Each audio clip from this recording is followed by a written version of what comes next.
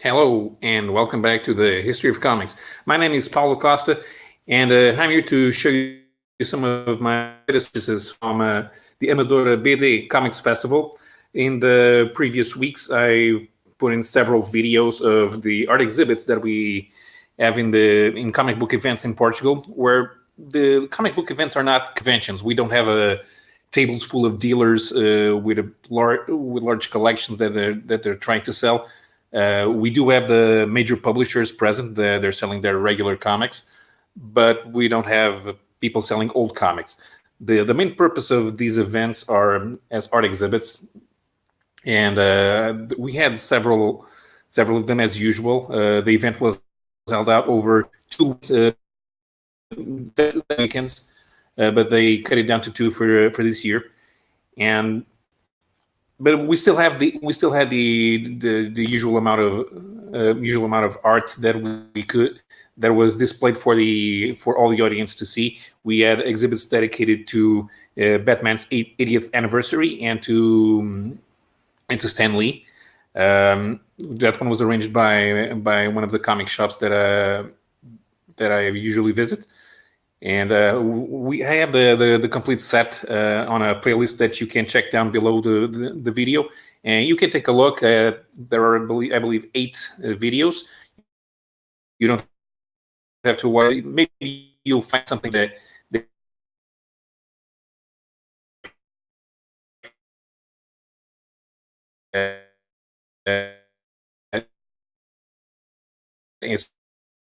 especially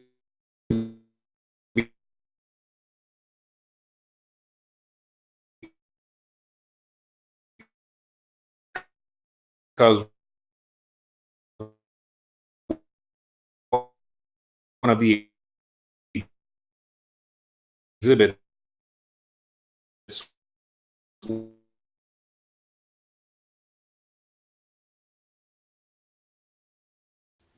we're back. Sorry about that. As I was saying, we had an exhibit dedicated to an Italian comic that was set right here in Portugal, and it features as a character Fernando Pessoa, who is the greatest Portuguese poet and writer of the 20th century. So right now, let's see what we got here that I bought across those 2 weekends. And first, these are not new. In fact, I took them so that they could get autographed. One of the artists that was here was Ruben Pellejero. Is presently working on the European comic book series Corto Maltese, which was created by Hugo Pratt, but now has a different creative team. And Pellejero was here a couple of years ago in Porto at the Comic Con Portugal, and he came here. There's a new Corto Maltese out in Portugal, but that's not what I bought. But I still took some of my old books for him to sign. Whoops. Okay. Dieter Lumpen. This was published by IDW. And originally, it ran in Spanish magazines. A few of these stories were published in Portuguese, both in Portugal and in Brazil. And I got Pellejero to draw the main character here in the sketch. And I also got FM. This series ran in CMOC. Like Dieter Lumpen, it's written by Jorge Zentner. Zentner is from Argentina. Pellejero is from Barcelona in Spain, but they work together for the Spanish market. That one I just got a regular. Can I see? No. There it is. So you just got a regular signature from him. Other comics that we got. So from the first weekend,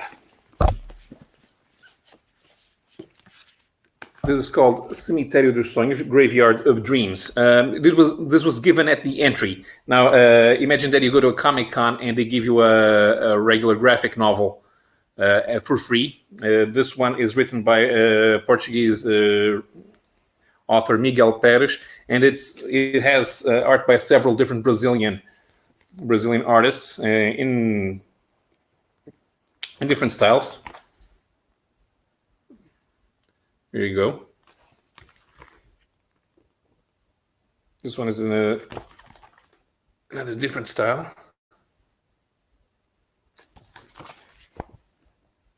And here's another one.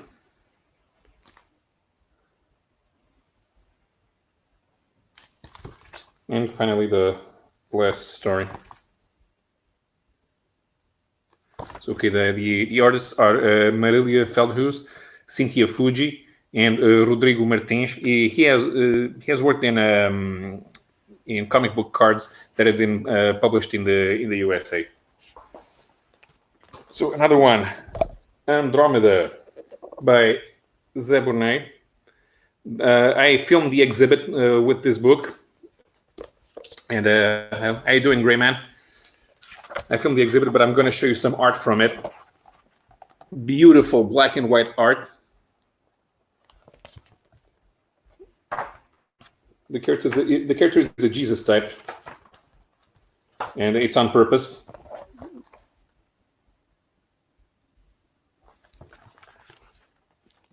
This is a very large book. Yeah, over 100 pages of story.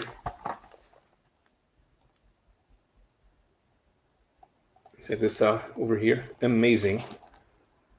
Very detailed art. Once again, the artist. And Zé Bonet has put in here several sketches that he did. This is pretty much the normal in European graphic novels nowadays. A lot of them will have extra pages so that we can take a look at the creative process. Lots of sketches, pin-ups as well. And because there are no words, this is a complete without any text. It's just the very little text in here. Actually, this is one panel that has text right here. See, but most of this graphic novel has no text, so it could be easily published in another country. And it's actually being published by Comic Heart, which belongs to a friend of mine, and I hope that you can get this artist in other countries because he deserves it. Another Portuguese graphic novel. It's called Sons of the Rat by Luís Zang and Fábio Veras. It's a story about the Portuguese colonial war in Africa. Also got it signed in the sketches. So the story is set in Africa, and this is a bit of a cathartic process for the Portuguese readers because it was the end of the Portuguese Empire. Some more art over here.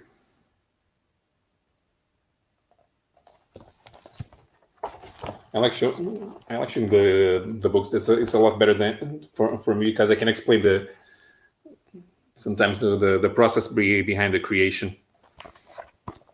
And yeah, the story setting specifically in Portuguese Guinea, present-day Guinea-Bissau. That was our northernmost colony. Yeah, that's right, Gray Man. All empires fade eventually. But still, we have a good cultural interchange with all of our former colonies. The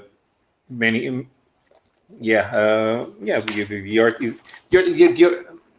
Agreement says lots of black. Yeah, the art has a lot of gray tones, but they're made specifically in black, so it's not.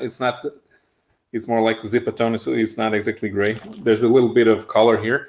This next page has bits of red. Because one thing that you can be sure of in war is that there will be blood. Another one made in Portugal. This is made by my friend Álvaro. This is the third volume of Talking with Kids.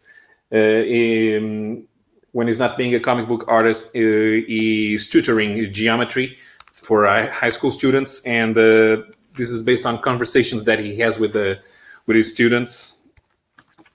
He has a very interesting style, very expressive. You can see here So even though the drawings look very simplistic, there's a lot of movement, and it meshes well with the dialogues. He has a very good ear for dialogues. I've told him that he should get these translated because this has universal appeal.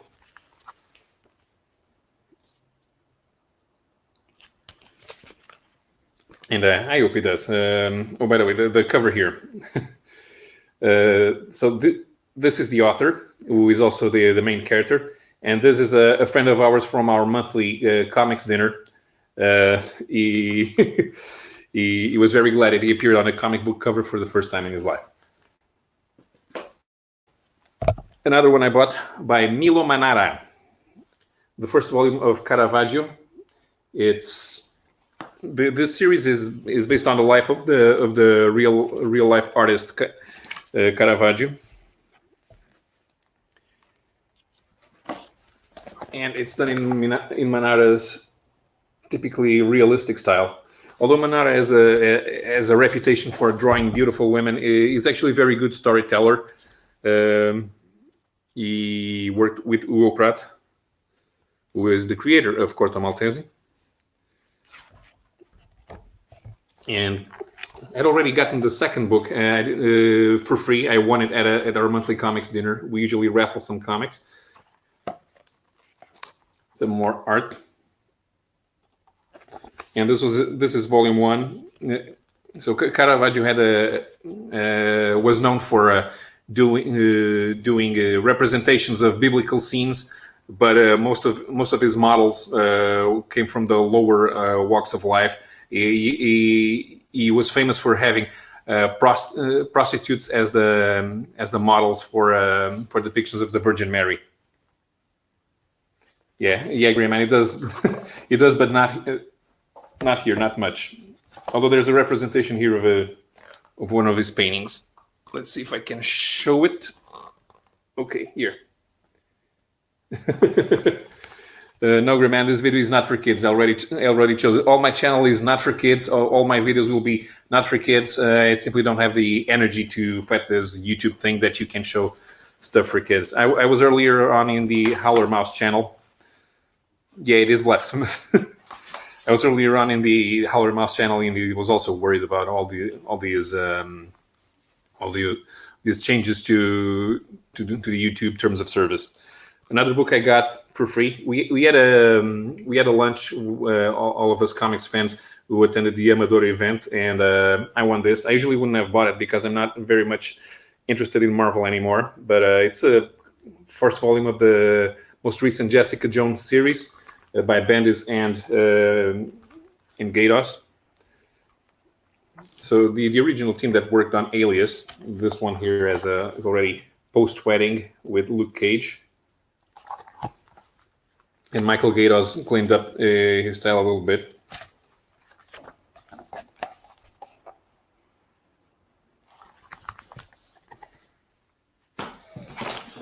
So, and finally, Enki Bilal, one of my favorite artists, a veteran of the comics industry, born in the former Yugoslavia, but a French national since the age of 16. This is the second volume of Bug, a new series that Bilal has been writing and drawing. Bilal is more famous for having worked on the heavy metal series, Exterminator 17. I should say graphic novel. There's only one volume, and of course his own Nicopol trilogy. Let's see some art from here now. Bilal has been, I won't say losing his touch, but he's morphing into more of an illustrator than a storyteller. So is actually even, as you can see, there's not much movement. He already had a reputation for having art that it was great for pinups, representational art, and right now he's losing the sense of movement. Even here, there's an airplane stopped, and it's hardly any action. So what else we got? We have more. So I talked earlier about the Italian comic that is set in Portugal, and it's this one, the Portuguese edition of Dampier, The Suicide of Aleister Crowley. It's written by Bocelli with art by Coprera, Mauro Bocelli and Michele Coprera. I'm sorry, Cropper. I've been saying his name wrong all the time. And I've been told by the publisher that this book is actually selling quite well among normal readers, people that don't usually read comic books. They've been looking at Fernando Pessoa on the cover, and yeah, over here. And they just buy the book, even if they don't know exactly what it is. Dampier is like Dylan Dog, one of the series from the Sergio Bonelli stable that has horror as a main theme. Even a character here, the main character here is kind of based on John Constantine visually. So as you can see, not this one, this one. And here's the scene set in Lisbon. This is how Lisbon used to look during the Middle Ages and the Renaissance.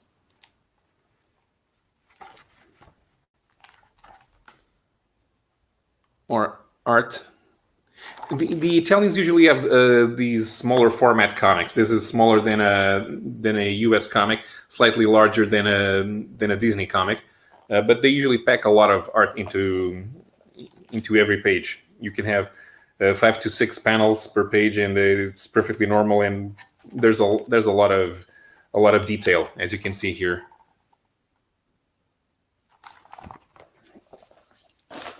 So another thing I bought, this was on a discount. Trade paperback Star Slayer by Mike Grell. Now, I've taken a liking to Mike Grell's art, not only from having read his Green Arrow, but also from Warlord. And this was when he moved to First Comics. It was one of the... Actually, this one started at Pacific Comics. Then it moved to First Comics. Star Slayer is where what was the comic? I forgot. I forgot. There was another first comic which debuted in the back pages of Star Slayer, and it eventually became more famous. And he became more famous, and I completely forgot it. Anyway, so this was a sort of space opera. They go to the past and save a Celtic warrior from the Romans, and he becomes their space pirate leader. The art is usually quite a bit more of a cheesecake side of erotic. Gray Man was looking at was asking for boobies. They're still covered, but the female character on Star Slayer looks really good.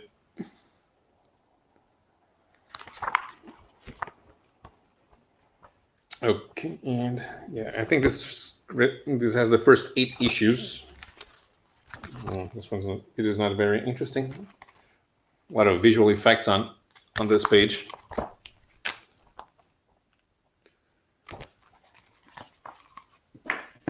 And I bought a couple more of the French Conan books.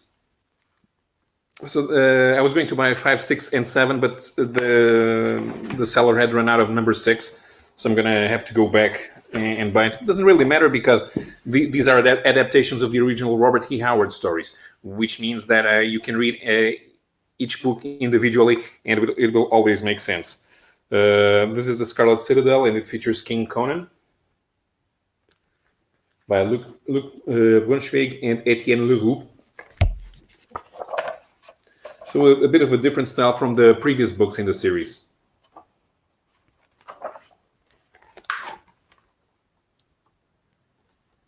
Let's see here. Yeah.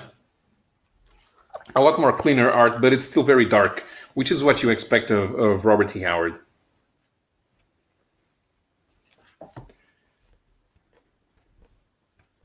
A little bit more to the front. Let me see if I can pick up another interesting page. The French, they don't usually like to do splash pages. So we have to make sure that there's a lot of action on each page.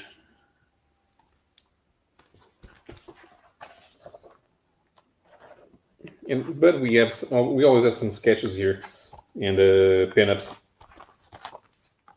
which has been a staple of this series, so that everybody can have the chance to draw Conan. Conan is, of course, in the public domain in Europe. Not exactly sure how it's going. How it's in the United States. I think not all the stories are in the public domain. So I didn't buy number 6, but here's number 7. Red Nails. This is done by Régis Autière, Olivier Vatine, and Didier Casgrain. I think they couldn't avoid doing a homage to Barry Windsor Smith, but on the cover, but on the interior, it has nothing to do with Windsor Smith. It looks completely different, and it's also different from anything else that has been done in this series. A lot more colorful.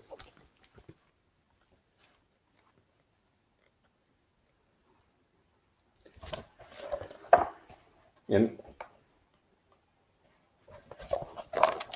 this one is mostly, there's a bit of experimentation on the coloring here. So going with full green page here, and more with the reds here.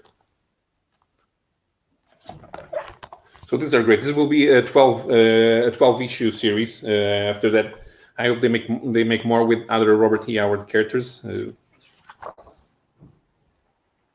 So here's another homage to Barry Windsor Smith. It's from the pinup section.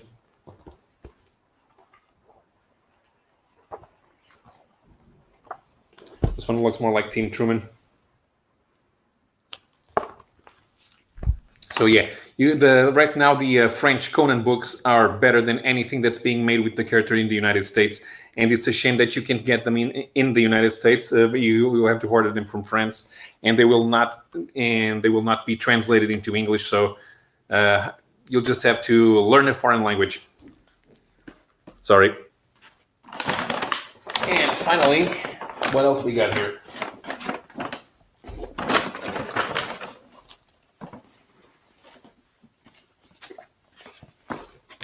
So what, a couple of other U.S. trades. Punisher Return to Big Nothing. This is actually more than Return to Big Nothing. It features 3 different Punisher graphic novels: Return to Big Nothing, Assassin's Guild, and Intruder. The first one was done by Stephen Grant and Mike Zeck, reuniting the original team from the miniseries. Assassin's Guild is by Mary Jo Duffy and Jorge Zafino.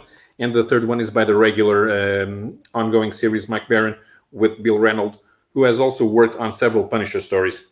So the thing about the graphic novels, they're not just larger versions of the original U.S. comic. There's actually a bit more time to flesh out what Frank Castle is thinking and what he's feeling when he's doing his job.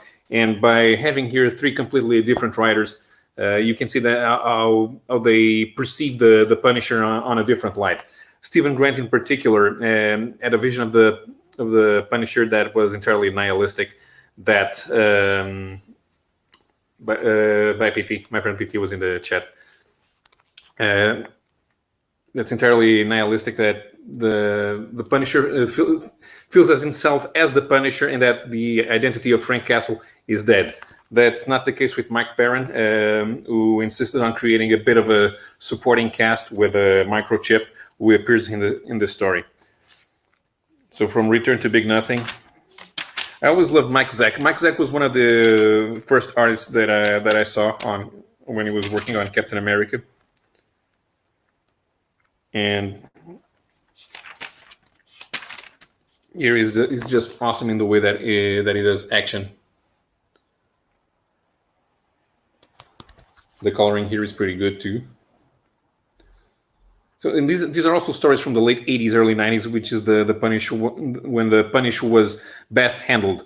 It was not very famous inside the Marvel universe. The other characters, they did not know who he was.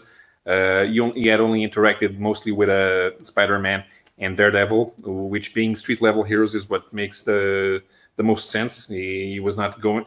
This was before he met the Wolverine or the Avengers, who he's not supposed to interact with. A little bit more of Mike Zeck.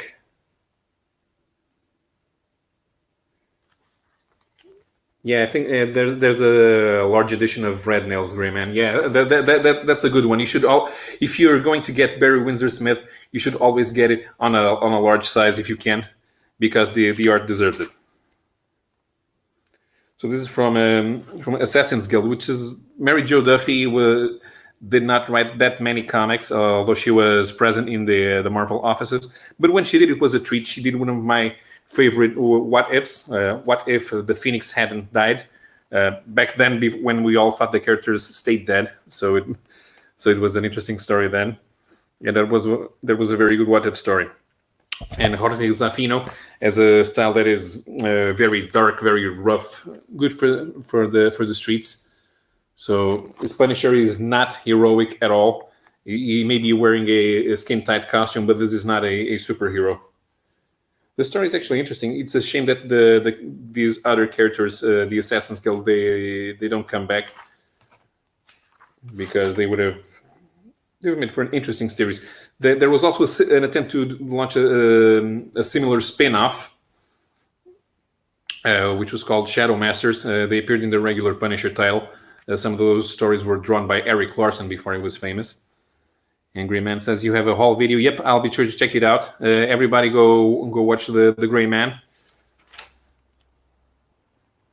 And here's the story from Intruder. It's a bit of a series of coincidences.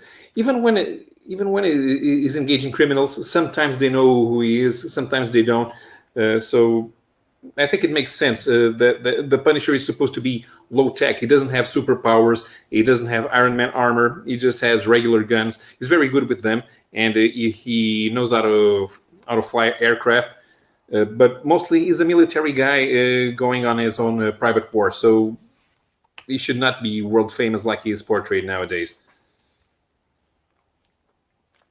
Some more art by Bill Reynolds. This is very good. In the graphic novels, they had the artist had space to stretch their legs. So it's very good to see these. Also bought Batman: The Caped Crusader Volume 1. This is the lead up to Robin dying, but this trade does not feature those stories. Jim Starlin and Jim Aparo. Yeah, exactly, Rayman. Superheroes should not team up with the Punisher. Spider-Man and Daredevil should be trying to apprehend him, because he is a mass murderer. And as much as we like reading about the Punisher blowing away common criminals, he does belong in jail. He is breaking the law. He is a danger. He does create property damage, and the civilians might get hurt when the Punisher is engaging in his own private war. So what we got here from Batman?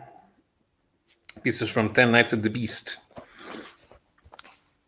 I've always been more of a Marvel fan than a DC fan, so I don't have an emotional attachment to Jim Aparo like many Batman fans have.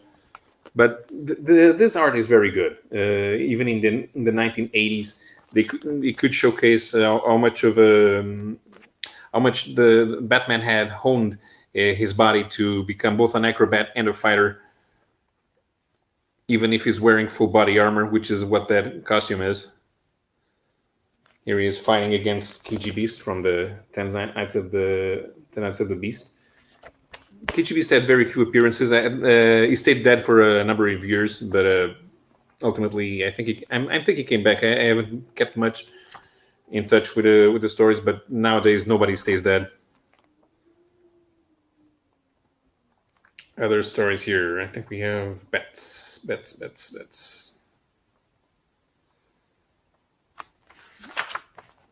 Regular person going toe-to-toe with the Batman is going down.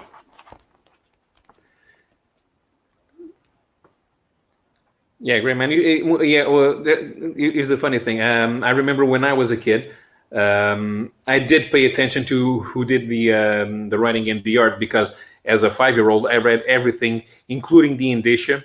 So I retained committed to my memory lots of names that were even part of the Brazilian editorial offices. So I learned how to identify the artists. The first one I think that I learned how to recognize was John Byrne, and John Byrne did a lot of stuff in the 70s and 80s that was published in the Brazilian publisher. And yeah, some of his Brave and the Bold covers are superb. Yeah, they should do. I'm not sure if there are books on Jim Aparo's art, but if there are, you should definitely check them out. I don't usually buy art books, but if you're into studying the art of the comic book masters, Jim Aparo is definitely one of them, and he deserves to be studied. This is how comic books are supposed to be, superhero comic books. This is the type of art that we should have: drama, action.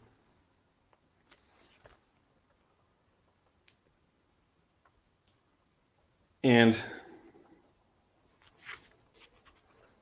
always in a clean style. You should always understand what's going on in a superhero story. Like here. So when they do when they do stories where you don't understand what's going on, the characters are hidden from view, and the action is all blurred. That's not what a superhero story is supposed to be. And finally, I'm gonna start doing another collection, another French collection. These have been published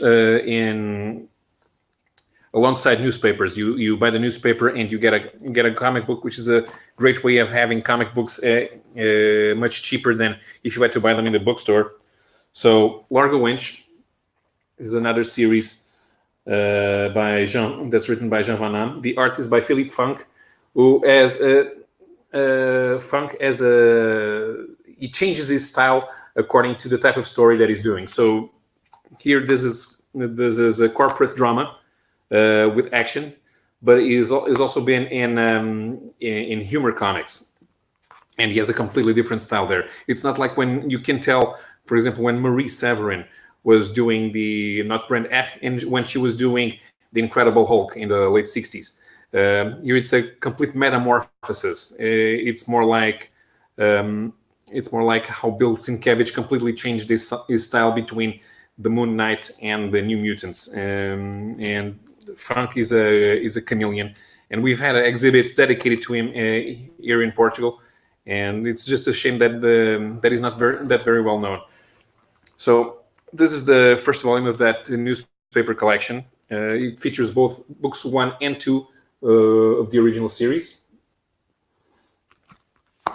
And Largo Winch has had a short-lived TV series produced in Canada with an Italian, with a UK-based Italian actor as the main character. It only lasted for a season, unfortunately, but it was pretty good. You can see all the detail that Philippe Funk puts in his comic. Here's the funny thing: Largo Winch is filthy rich, but he's always running around like he's just an average Joe, but he can't avoid getting into trouble. And sometimes it goes beyond being corporate trouble, which is what the CEO of a large corporation should not be doing. Yeah, thinking of doing some long runs. Yeah, that's good. That's good for interaction, Gray Man. When you do that, I'll make sure to try to catch you live. The thing about covers, because here in Portugal the superhero comics were published in anthologies, I would only get the cover to one of the stories, and the comic usually had 2 or 3 other stories, and I don't know what I didn't know at the time what their covers were, so I don't have the same attachment to covers that US and UK fans have. So I'm always finding something new when I look at back issues. Is another great piece of action. This is pretty good. I'm not sure if Largo Winch was ever published in the US. I think it's been published in the UK.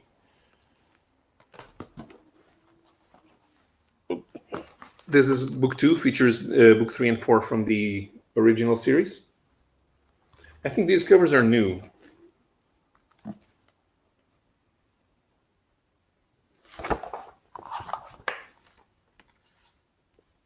Not action, but always some femme fatale that you have to have in this type of series. Here's the CEO of a corporation talking to one of his lawyers, feet up on the table.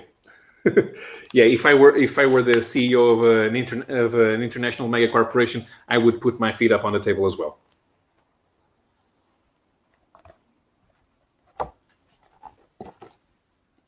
How to portray corporate drama. Have lots of body language. This is something that Frank is good at. And it has to be for him to change between the realistic style and a humorous style.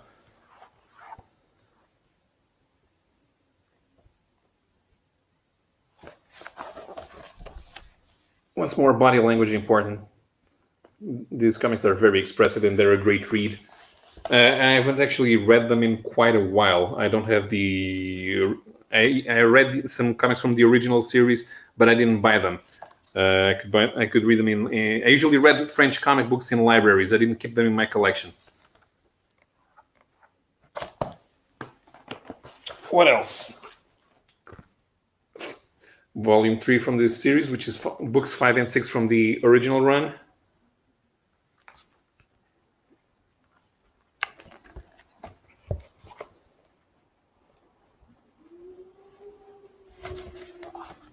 Look at the detail on his airplane. It's just amazing.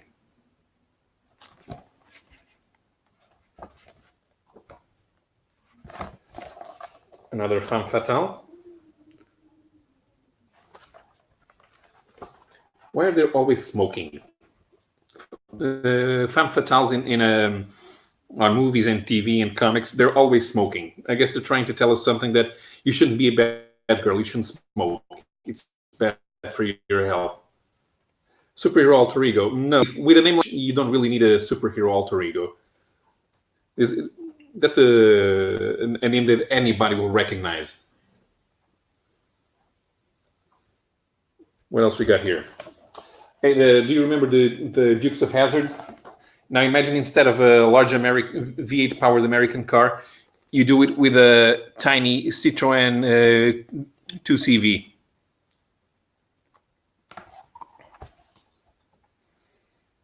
This car was pretty good. It could handle anything, even if it couldn't go past 50 miles an hour.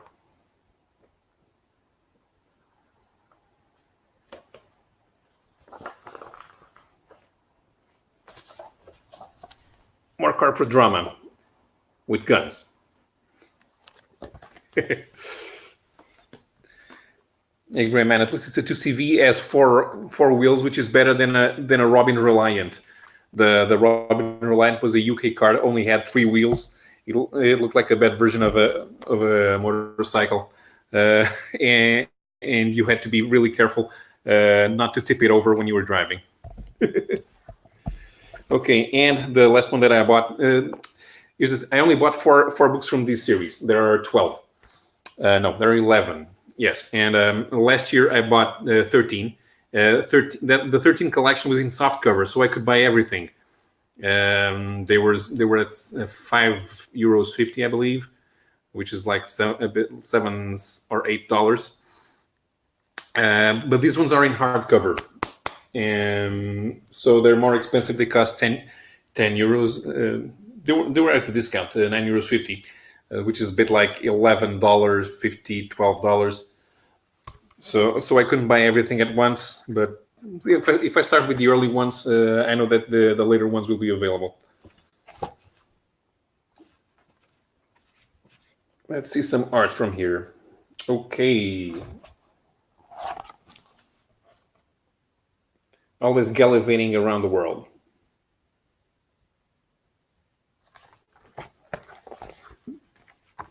That's a good way to spend your money when you're a corporate CEO.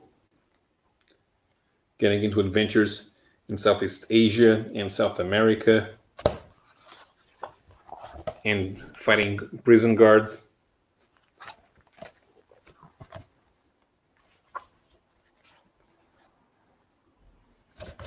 Great shot of a helicopter here. I think Frank also did a war series with airplanes. I'm not sure. I don't know everything that is done. And yeah, I guess this is it. This is my comic book haul from the Amadora Comics Festival. Excuse me, I'm about to sneeze. Sorry about that. I hope you enjoyed it. I will try to do more videos in the future. I haven't been producing much lately. Not only have I not had the time, I also not had the inclination. I usually don't script out anything, and I want to try and do some literary appreciation of the books that I'm showing. That requires me getting my ideas straight in my head. But I'll try to do something more soon, so that I don't go another 6 months without producing videos. So once again, I hope you enjoyed this. Don't forget to take a look at the videos with the art exhibits down below in the description. You'll find the link to the playlist with all 8 videos. You don't have to watch all of them in case some of them they don't interest you, but I'm sure you'll find something interesting in there to watch. Art exhibits are the main reason why we have comic book events in Portugal, not exactly so we can buy new comics, but we always take the opportunity. I want to thank the great man and my friend PT for showing up, and once more, keep reading old comics.